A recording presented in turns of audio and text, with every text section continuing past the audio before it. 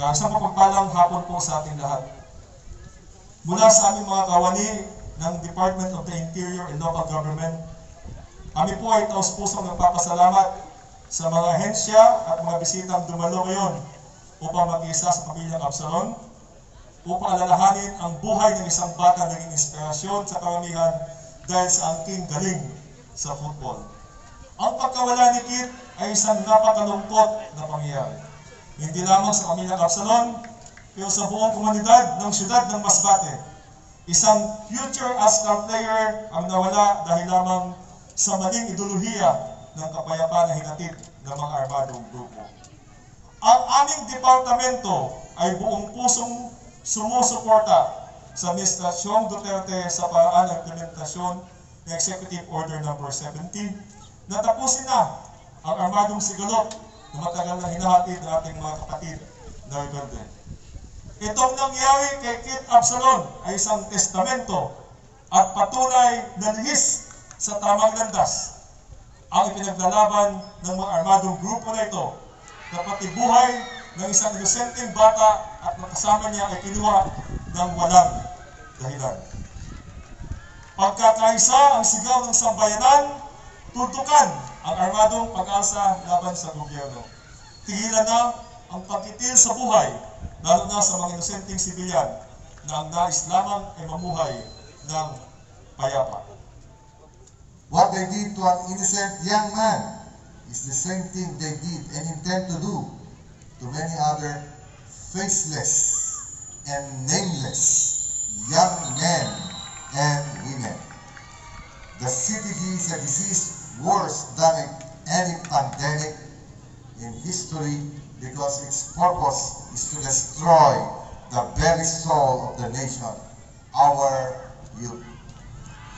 Kieth's death shows us once more the true colors of the CTGs and the extent to which they are willing to go to sow terror and violence in the countryside. It is but only one of the many tactics they employ, aside from their use of propaganda, which they use to twist reality and truth. It is in this that we, in the PNP, along with our counterparts in the AFP and other government agencies, endeavor to eliminate.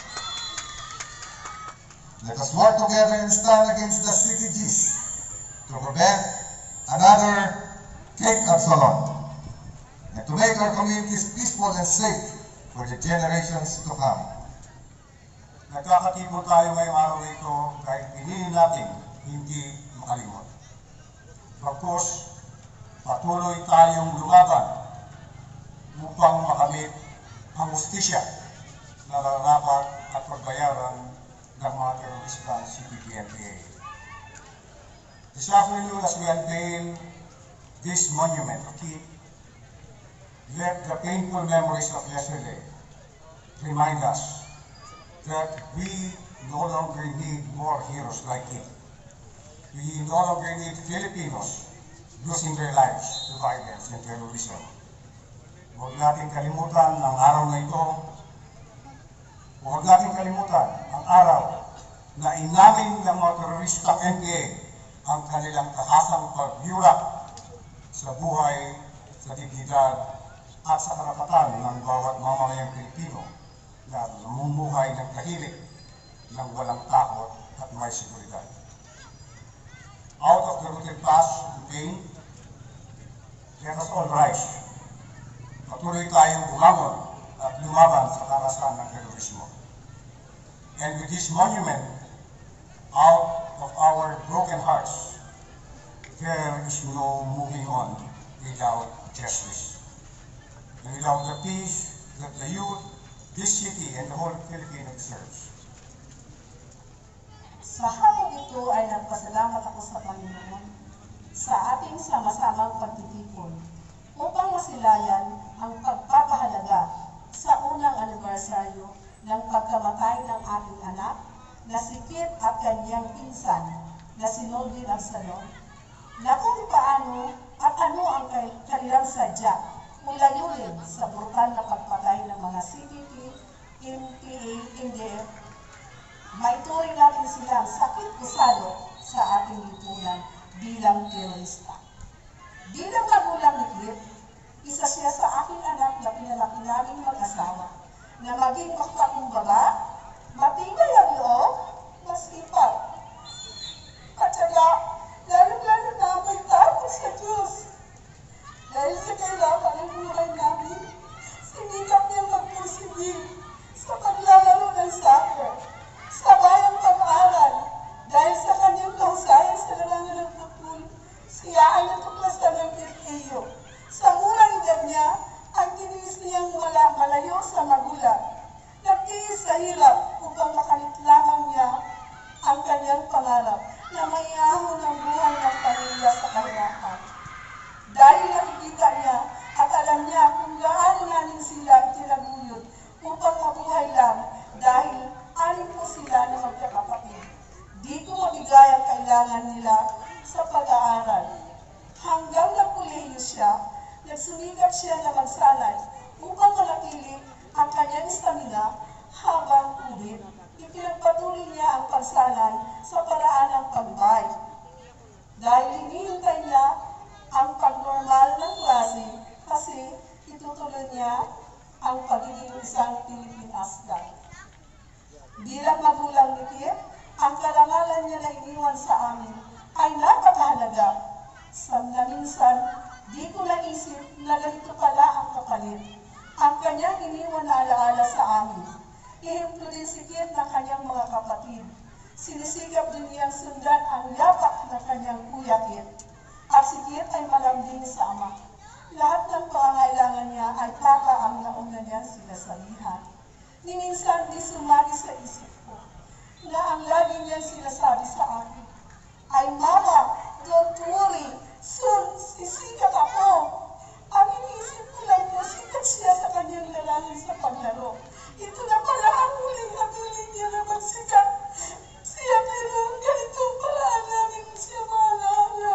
Ang sakit isipin, luha at pawis, hirap na mabuhay sa ina na may anak na nagmamahal sa magulang at pamilya. Sana itong monument ni Kieth ay maging inspirasyon ng mga kabataan upang mabuksan ang kanilang isipan na ang pangarap at kinabukasan ng kabataan ay pag-asa ng bayan, ay di mawalang kabuluhan, kundi maging katotohanan na ang kabataan ay gabay ng kaunlaran ng bayan. Ako'y nagpapasalamat sa inyong lahat na naririto na nagbigay ng oras at panahon.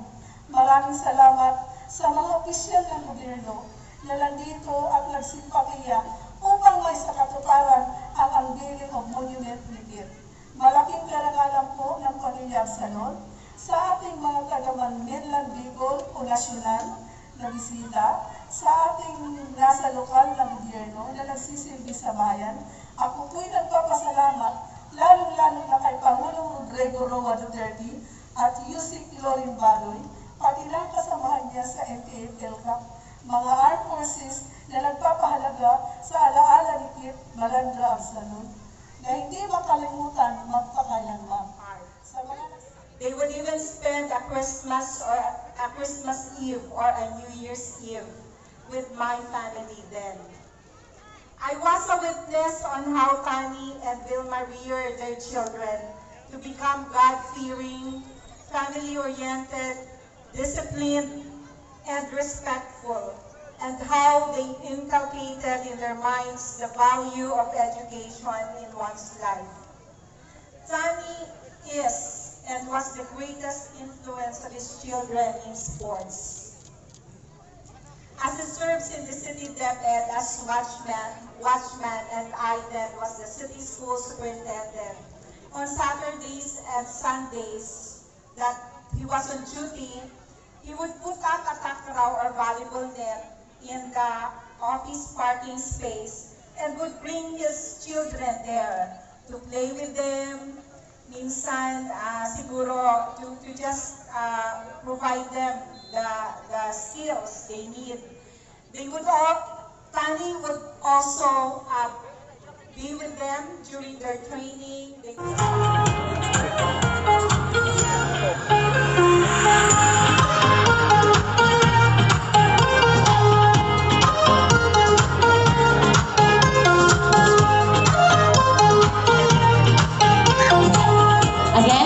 count of three. Ayan. Mr. and Mrs. Absalon, together with CERVANTES, with the Deputy LG, of course, Holcomb, Sir Bacaro, Sir Reyes of Bureau 5, and from the Governor's Office, let's unveil the Kieth Absalon Monument in 3, 2, 1. Round of applause.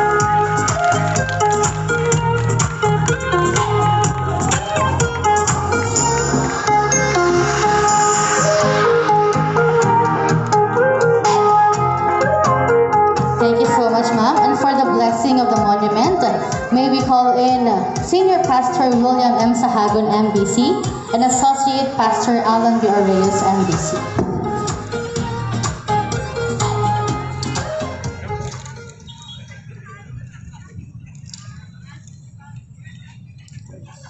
You are invited to join in this prayer, and may I request everybody to please rise. We are in the presence of God in our needs and in our sorrow. And we are in the presence of God in thankfulness for the life of Kieth and Kieth Absalon. And we are in the presence of God right now, seeking hope and courage for the future. And we are in the presence of God, who has promised to be with us always till the end of time. May I ask everybody to please bow down our heads together and unite us in prayer.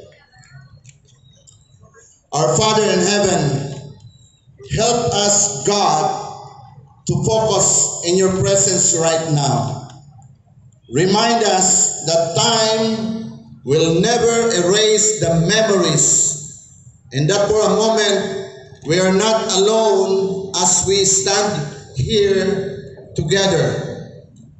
We give thanks for the times we had with our loved ones, both the ups and the downs of living life. But most of all, we are grateful for the love which is stronger than death. Help us to bear our sorrow without bitterness, to look forward slowly, one day at a time, and to gain some comfort from those who can help us ease our pain. Be with us now as we encourage and support each other. In Jesus' mighty name, and everybody say, amen and amen.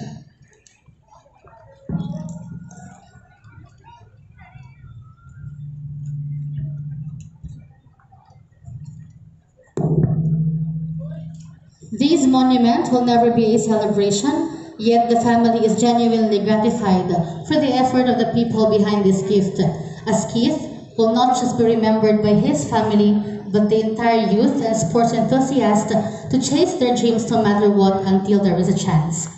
That concludes the unveiling ceremony. We're all inviting everybody to please move to the other side of this place for the awarding and closing ceremony of 3-day Kieth Absalon's Friendly Cup. Daghang salamat.